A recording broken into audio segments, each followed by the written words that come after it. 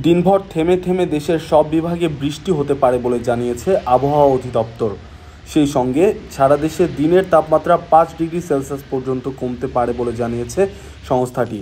বুধবার 25 সেপ্টেম্বর সকালে পরবর্তী 72 ঘন্টা আবহাওয়ার পূর্বাভাস দিয়েছে অধিদপ্তর।